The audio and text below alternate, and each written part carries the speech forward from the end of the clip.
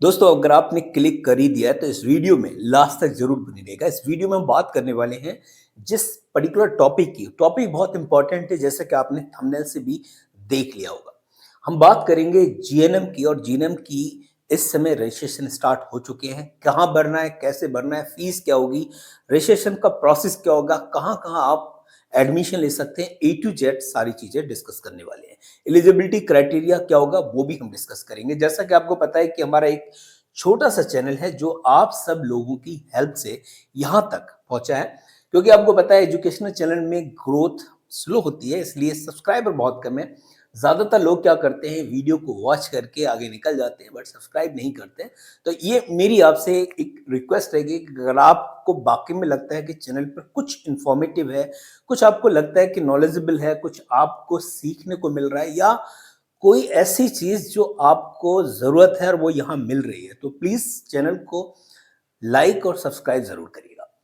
जैसे आपको पता है कि इस चैनल पर आपको जो भी अपडेट है, अभी हमने रिसेंटली वीडियो अपलोड किया था बीएससी नर्सिंग के रिगार्डिंग, और एक वीडियो है, देखिए आप 10th के बाद भी कर सकते हैं बीएमएस। ये बिल्कुल सही बात है, आपको 25 और 26 से इसके रजिस्ट्रेशन स्टार्ट हो जाएंगे। इस वीडियो को आप बहुत जरूर करिएगा। यहाँ पर भी आपको बहुत सारी चीजें मिलने वाली हैं।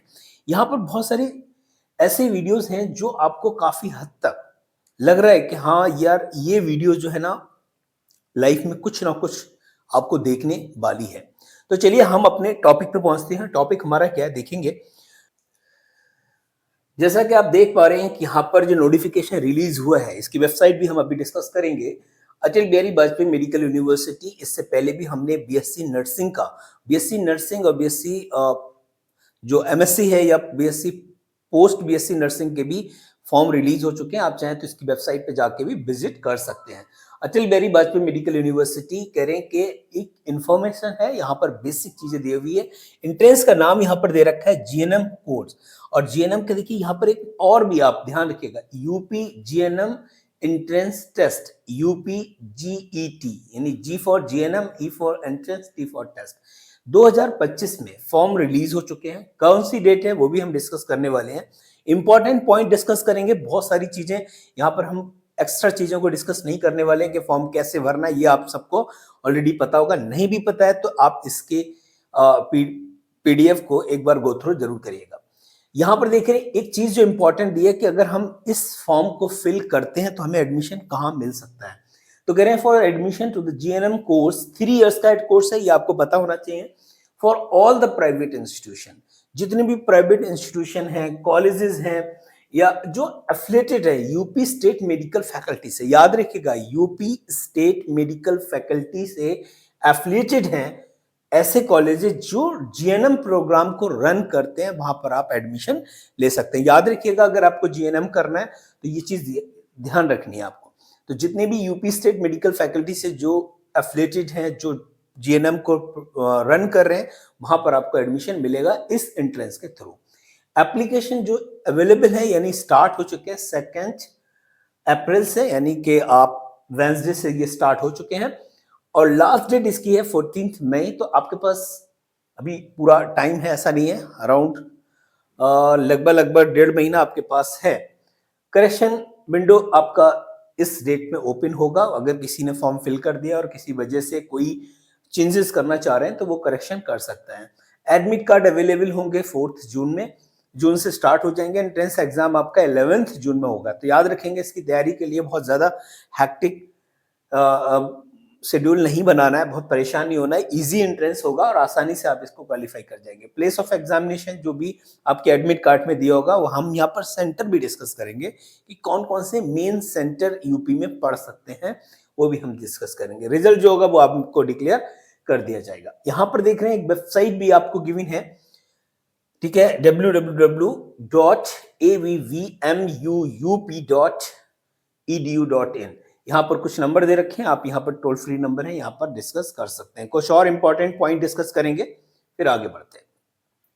जनरल इन्फॉर्मेशन देखिए, हमको अगर बात करनी हो तो all admission in GNM course 3 years for all the private institute college affiliated with the UP State Medical Faculty is running GNM program in the state of Uttar Pradesh for the academic session 2025 और 26।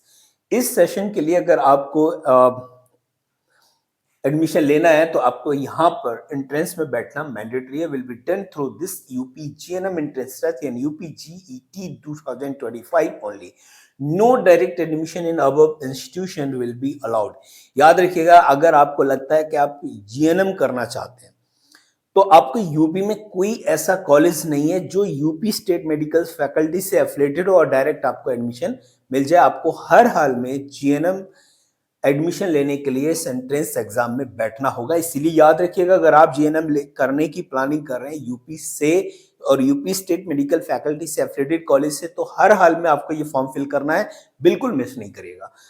यहाँ पर देख रहे हैं कुछ centre का नाम दे रखा है, देखिए आगरा, अलीगढ़, अयोध्या, आजमगढ़। इन डिस्ट्रिक्ट में जो आपके नियर बाय है उसके अकॉर्डिंग आप चॉइस फिल कर सकते हैं। Entrance test will be conducted in offline mode होगा, याद रखेंगे ऑनलाइन नहीं है, ऑफलाइन मोड रहेगा।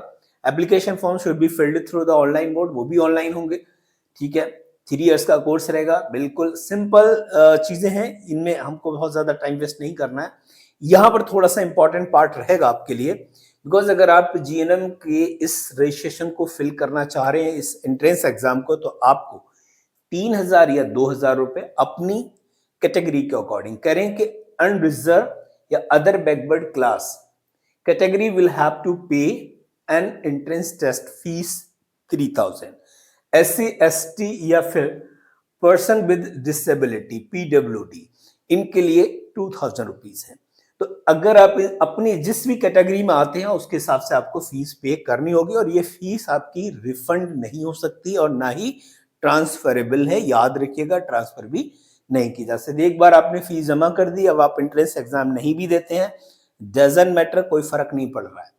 अब आपको हर हाल में यह याद रखिएगा कि आपकी फीस कट गई है तो वापस नहीं होगी। दूसरा कह रहे हैं कि एलिजिबिलिटी क्राइटेरिया, जो इंपॉर्टेंट पार्ट है, एज, मिनिमम एज जो है एडमिशन के लिए टाइम पे 17 इयर्स होनी चाहिए, याद रखना है। Minimum qualification for the academic as per the INC regulation क्या कह रहे हैं, 10+2।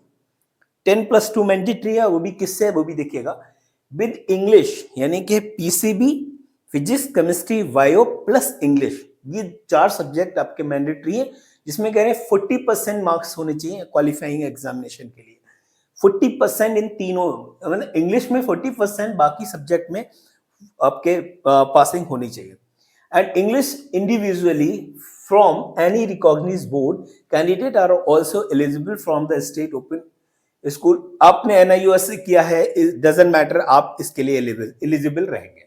10+2 with English having a 40% of marks in vocation ANM। देखिए अब यहाँ पर अच्छी बात यह है कि अगर किसी कैंडिडेट ने 10th के बाद ANM कर लिया तो ANM वाला जो कैंडिडेट है वो GNM में एंट्रेंस में बैठ सकता है, ठीक है। तो ये भी अच्छी पॉइंट आपके लिए रहेगा, अगर आपने कहीं से भी ANM किया तो आप GNM के लिए एंट्रेंस में बैठ सकते हैं। 10+2 with English having a 40% marks of marks in the vocational stream health care science from a recognised CBSE board और state centre, registered ANM with a passing marks, ठीक है। 5% रिलैक्सेशन SC ST को normally रहता ही है, आपको पता होना चाहिए।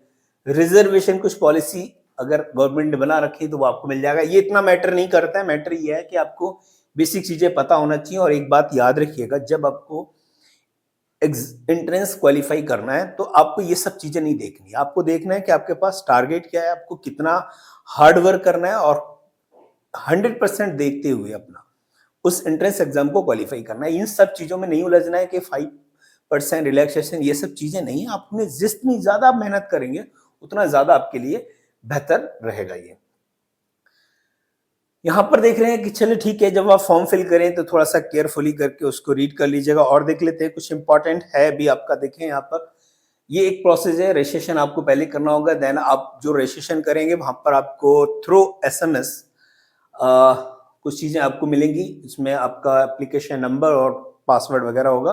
दोबारा आप लॉगिन करेंगे, पर्सनल इंफॉर्मेशन फिल करेंगे, एड्रेस फिल करेंगे, एजुकेशन क्वालिफिकेशन और सिटी वगैरह आप यहाँ से फोटो सिग्नेचर आप अपलोड करेंगे, वेरिफिकेशन शीट आपको मिलेगी। वेरीफाई करने के बाद बैंक डिटेल अपनी फिल करके और वहां से आप रिव्यू आप ले सकते हैं।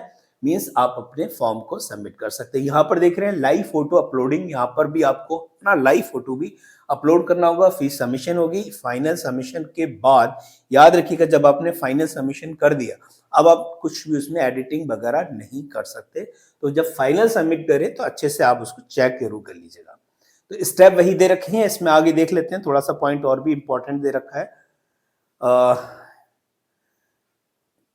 ये सब चीजें बताने की है नहीं, आपने बहुत सारे फॉर्म फिल किए होंगे कि साइज क्या रहता है, वो आप इस नोटिफिकेशन में देख सकते हैं।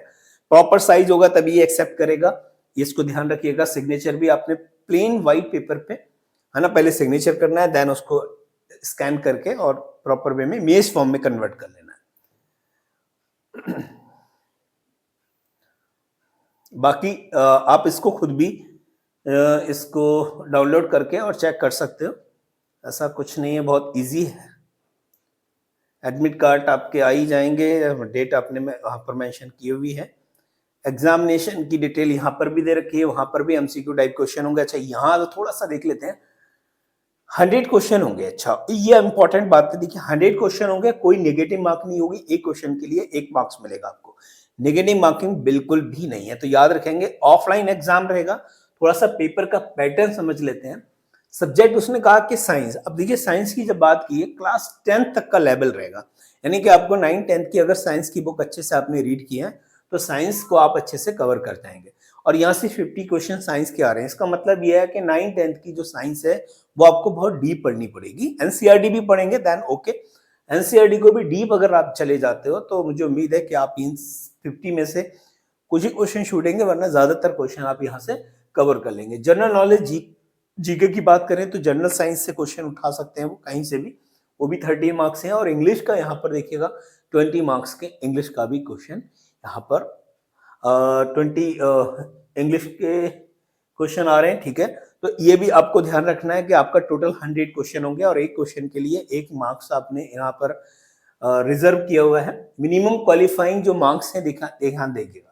The minimum qualifying marks of entrance test for the admission to GNM nursing is at under general candidate के लिए 50 परसेंटाइल होनी चाहिए और जनरल पीडब्ल्यूडी के लिए 45, एससी एसटी ओबीसी के लिए 45, एससी एसटी ओबीसी पीडब्ल्यूडी के लिए 45। तो ये परसेंटाइल को बिल्कुल ध्यान में रखिएगा। इस परसेंटाइल का मतलब इतनी तो आपकी आनी चाहिए, अगर इतनी है तभी आप पासिंग मार्क्स में काउंट किए जाएंगे, अदरवाइज आप एडमिशन नहीं ले सकते, बहुत दिक्कत होगी। इसलिए थोड़ा सा मेहनत करिएगा। ये आपका बेसिक डिटेल है, रिजल्ट वगैरह आ जाएगा, it's okay. I think basic चीजें क्लियर हो ही गई होंगी। और इसके बाद भी अगर कोई क्वेरी है तो आप हमें कमेंट कर सकते हैं, कोशिश करेंगे कि आपके कमेंट को रिप्लाई कर सके। और डिटेल में जानकारी चाहिए तो इसकी वेबसाइट दे रखी है, वेबसाइट पे जाके भी आप वहां से इसका जो पीडीएफ फाइल है, नोटिफिकेशन है, वहां से भी आप चेक कर सकते हैं। टाइम टू टाइम अपडेट आते हैं।